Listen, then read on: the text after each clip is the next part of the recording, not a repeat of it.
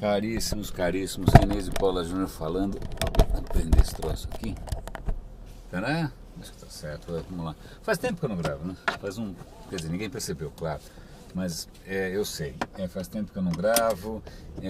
Então, se alguém por acaso estiver assistindo essa insanidade pela primeira vez, eu asseguro que nenhum pedestre ou motorista foi colocado em perigo durante as gravações, já que eu ligo esse negócio só na hora em que eu estou saindo da garagem e vou desligar quando entro de garagem a garagem, né? Então, na verdade eu estou falando sozinho, que é muito da sensação que eu tenho, e fiquei um bom tempo aí sem gravar. E aí a pergunta é, bom, então o que eu andei fazendo no trânsito, né? O que eu andei fazendo no caminho para o trabalho? É simples, na verdade, acho que eu venho... Opa, um vizinho está entrando lá, deixa eu me preparar melhor aqui. Eu estava, na verdade, consumindo aquilo que eu acho que é uma das coisas que eu mais prezo hoje em dia no meu mundinho digital, que é um podcast da BBC chamado In Our Time, da BBC 4, BBC 4. Eu adoro, acho que ninguém mais ouve, deve ser só uns velhinhos loucos na Inglaterra que devem ouvir, mas uma das coisas geniais do In Our Time é que você tem um apresentador, esse apresentador traz lá 2, 3 convidados. Na verdade eu cheguei até a visitar a rádio BBC lá, eu vi um dos estúdios que eles usam, é uma salinha pequena, genial. Pena que eu não conheci o velhinho, mas tudo bem. Anyway, aí ele convida lá uns 2, 3 especialistas no assunto e conversam por uns 40 minutos. E o que é legal, que o programa já existe faz tempo, já está todo mundo velhinho, e os caras vão todos os temas possíveis e imagináveis, vão desde, sei lá, buraco negro até a invenção da imprensa, até o barroco, passando pela, sei lá, pela questão do Oriente Médio. E o que é legal é que ao invés de você ter aquela coisa TED, né, que é uma coisa super elaborada, com começo, meio e fim, então não, você tem pessoas conversando e debatendo, às vezes não entram em acordo. Eu me lembro inclusive de um programa memorável que eu vi esses dias. Teve um dia que eu vi 3, não estou brincando, eu vi 3. Eu ouvi um sobre o Bertrand Russell, o outro era, cara, sobre os temas mais variados. Eu acabo ouvindo tanto, um sobre o barroco, um sobre utopias modernas, outro sobre, fala aí qualquer coisa, whatever, né, o paradoxo de Gödel, assim vai. Então os temas são realmente diversos. Eu gosto disso não só porque o formato é legal, ele é um pouco mais aberto, você vê diferentes opiniões e tal, mas porque compensa o que eu considero uma deficiência, né? Quer dizer, como até por razões históricas, né? Eu cresci na ditadura, estudei em colégio público e tal, eu não tive tanto acesso assim a uma educação humanista um pouco mais rica, mais densa. A ditadura estraçalhou essa história, então eu compenso agora, né, com essas coisas on demand, e tá bárbaro. Então tudo isso eu estou contando por causa, acho que, de 2 episódios. Um deles, interessantíssimo, foi sobre o barroco, e a minha tese é que nós somos barrocos, eu sou barroco, você é barroco até hoje. Então essa é a primeira questão, mas o que interessa aqui não é isso.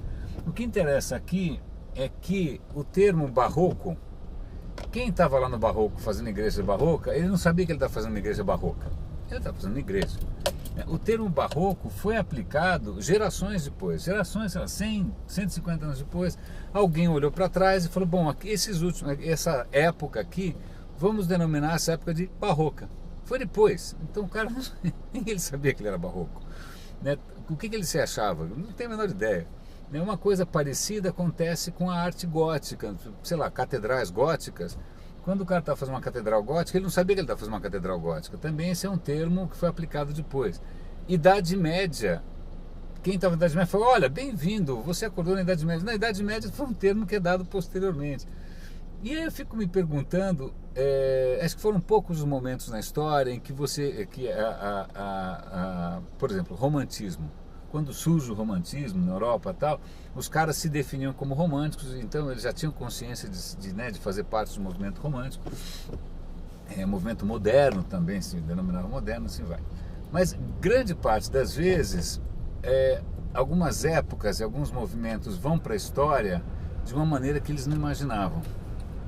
E aí vem uma questão super intrigante para mim.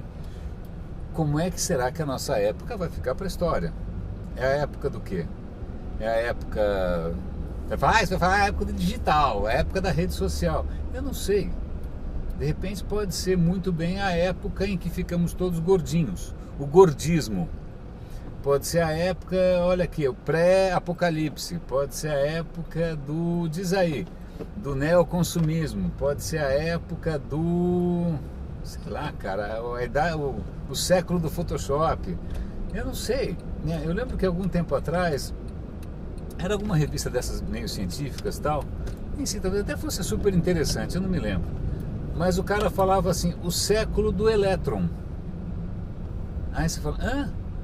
E aí, o tema é interessante, mesmo o digital, né? Ele só é possível porque a gente dominou a eletrônica, né? Que a gente acaba, ninguém fala mais eletrônica, né? Informação eletrônica, pô, só uma coisa completamente anacrônica, né? Mas o digital pressupõe coisas eletrônicas, né?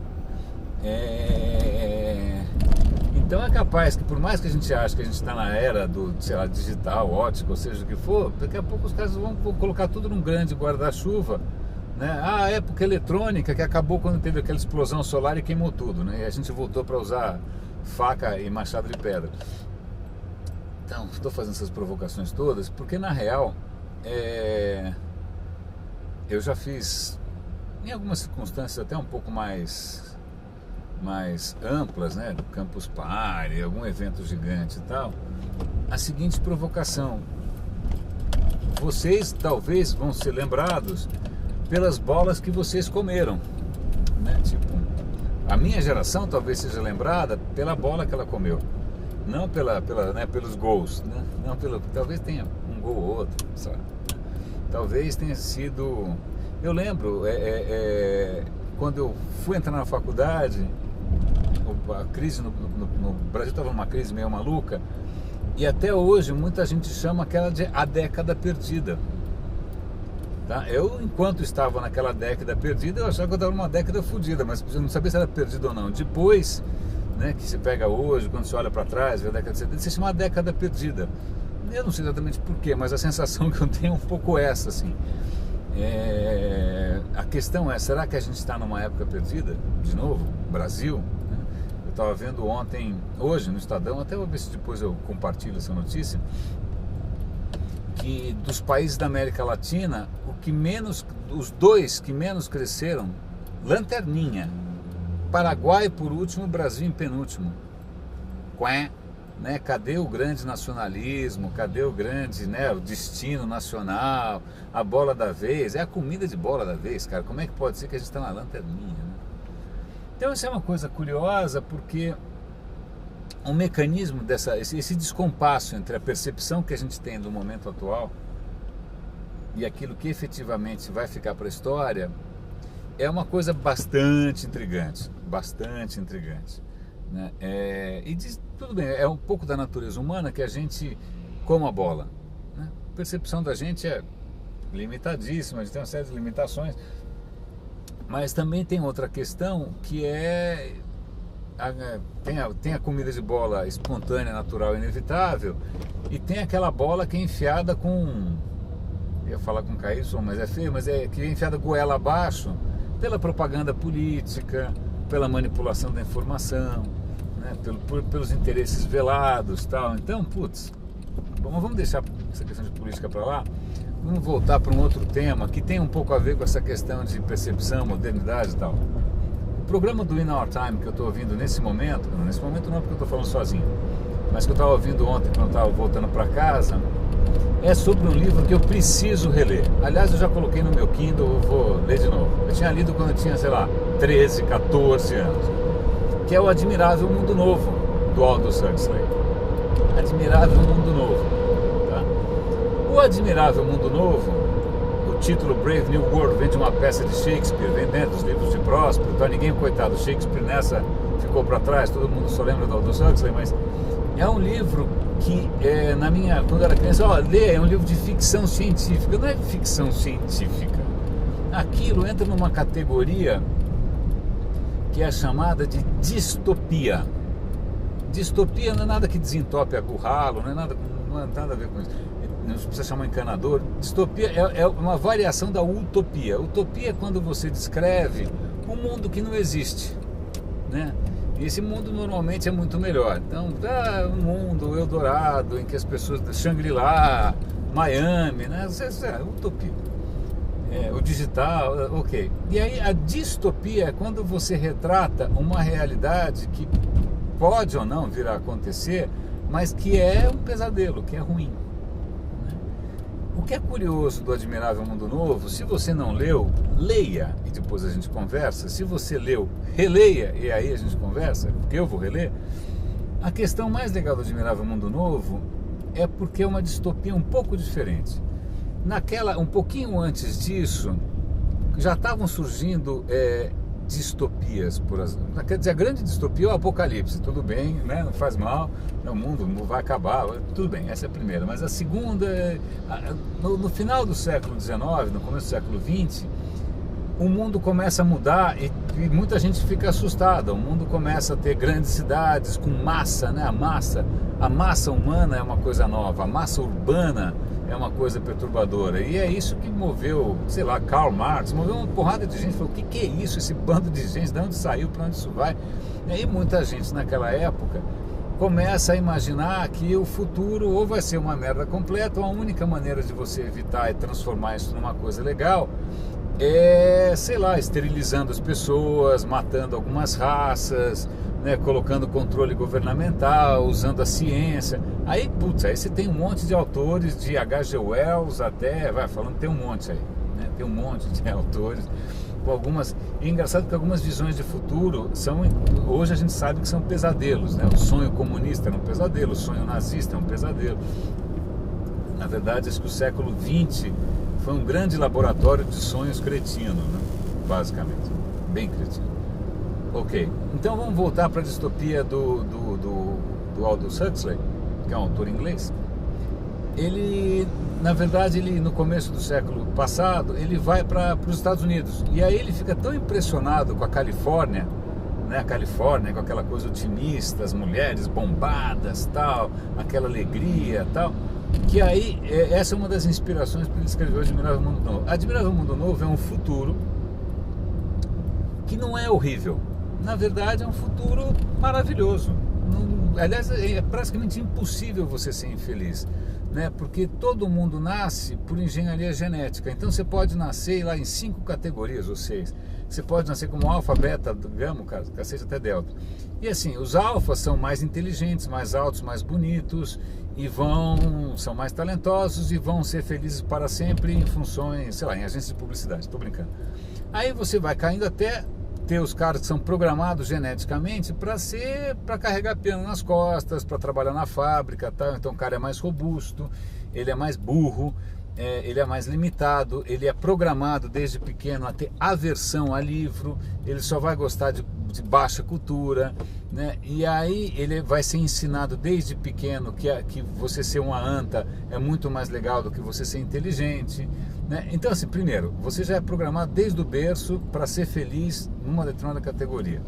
Segundo, se você não estiver feliz, você tem lá umas bolinhas que você toma que você fica feliz, né? Terceiro, a grande felicidade mesmo é o consumo. As pessoas consomem que nem umas loucas, né? O objetivo da vida é a felicidade pelo consumo. E assim vai, né? Na verdade ele pinta um mundo em que todo mundo é feliz, encaixado, tudo funciona, tudo é planejado, não tem nada errado, mas que começa a te dar calafrio na espinha. Começa a te dar, que você fala, cara, o cara escreveu isso há 70 anos, acho que é por aí, 70, 80, não sei, né? Há muito tempo, né? Meu pai era criancinho, o cara escreveu. De uma certa maneira, quando você olha o mundo que a gente vive, com o consumo, né? Sei lá, com o digital, com a questão dos egos e blá blá blá blá blá blá blá, inclusive com a entrada agora da engenharia genética, de você poder, quem sabe no futuro, desenhar, né, o seu bebê, e você escolhe como é que vai você programa a cesariana. A gente está se aproximando de uma maneira bastante desconcertante daquilo que um cara pensou 80 anos atrás.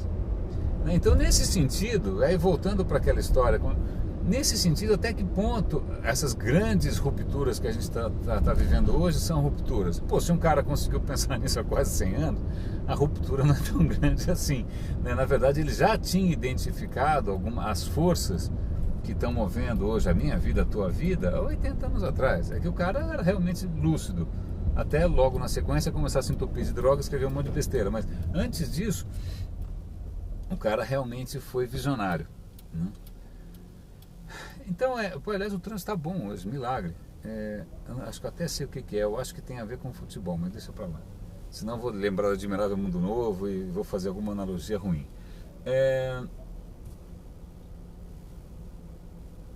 O que eu acho que vale a pena, pelo menos para mim aqui, o que justifica eu ter gravado isso, e lá vou eu subir isso pro Vimeo e pro YouTube e tal, é simplesmente, talvez, dar uma dica de leitura mesmo. Vai lá ler o Huxley, né? Vamos lá, eu vou ler, eu baixei, tá lá no meu Kindle, vou lendo devagarinho, né? Vou ouvir, vou ver se depois eu tento passar para vocês o link para esse programa específico do In Our Time, porque os caras estão justamente destrinchando esse livro, né? Estão vendo ali no detalhe as influências, o que o cara acertou, o que o cara não acertou. E aí, para fazer um contraste, isso é uma coisa curiosa. Quando eu era garotinho e me deram esses livros para ler e tal, o que parecia que ia acontecer era uma outra distopia, que é uma distopia, na verdade, um pouco mais clássica, que é a distopia do George Orwell, que é o 1984. Em 1984 ele descreve um futuro totalitário, que tem o grande irmão, daí que vem a história do Big Brother, você é monitorado o tempo todo, você tem uma manipulação absolutamente assintosa da informação e tal. Aí quando começou essa história de internet, a primeira coisa, a internet, essas plataformas que te monitoram, Facebook, a primeira coisa que acho que todo mundo lembrou, e eu lembrei também, óbvio, foi o grande irmão, né? Os 5 minutos de ódio. Então é uma leitura obrigatória também. Mas o problema do 84, do George Orwell, é que ele se enquadra na categoria das distopias negativas, né? É um mundo de horror, é um mundo de opressão, é um mundo de infelicidade, é um mundo irrespirável, né? E agora eu pergunto para vocês, o que é mais perverso, né? Esse mundo, que visão que é mais aterradora, né? Esse mundo de absoluto controle do poder do Estado, né? Ou a visão do Huxley, que eu acho que é muito mais próximo do que está acontecendo agora, em que as pessoas são irritantemente, obrigatoriamente, sufocantemente, mandatoriamente felizes, né? Onde o cara fala para você, olha, sabe o que eu quero? Na verdade, eu quero ser muito feliz, eu quero, né, ser cada vez mais feliz. Eu acho que o objetivo da vida é ser feliz, ok? Tá, e quando todo mundo quiser ser feliz ao mesmo tempo, né? Nem estou pensando quando todo mundo quiser usar o mesmo banheiro ao mesmo tempo, estou pensando quando todo mundo quiser ir ao cinema ao mesmo tempo, fazer uma conexão 3G ao mesmo tempo, sacar o dinheiro do banco ao mesmo tempo, né? Qualquer coisa ao mesmo tempo, né? Isso lá é algum modelo escalável, né? Quando o mundo já tem, sei lá, 7 bilhões de pessoas, já quantos bilhões tem, né? Então fica aí essas dicas de leitura. Em primeiro lugar, o Admirável Mundo Novo, claro, porque eu acho que ele está sendo mais oportuno e mais, sei lá, mais visionário, mais certeiro do que eu podia desejar. E em segundo lugar, claro, o mandatório, mas se bem que é uma coisa sombria, uma coisa realmente difícil, do 1984. Tem uma coisa interessante que tem uma diferença legal aí. O 84 ele foi escrito pelo Orwell depois da Segunda Guerra, se eu não me engano. Ele foi escrito bem depois do Admirável Mundo Novo, né? Então no Admirável Mundo Novo acho que o Huxley se permitiu ser um pouco irônico, né? Sarcástico, né? Ter um pouco de humor, né? Porque na verdade ele não podia imaginar o que vinha pela frente, que era a Segunda Guerra Mundial e o stalinismo, né? O que está por trás do 1984 do George Orwell é o absoluto horror com relação ao stalinismo, com com aquela coisa completamente insana que foi a União Soviética ao tempo do Stalin, né? Então, ok, tá legal, o Huxley foi mais visionário, mas talvez ele ainda fosse um pouco inocente, né? E também foi incapaz de prever que uma guerra daquela proporção. Mas é isso, obrigado pela companhia, como eu avisei, foi porta a porta.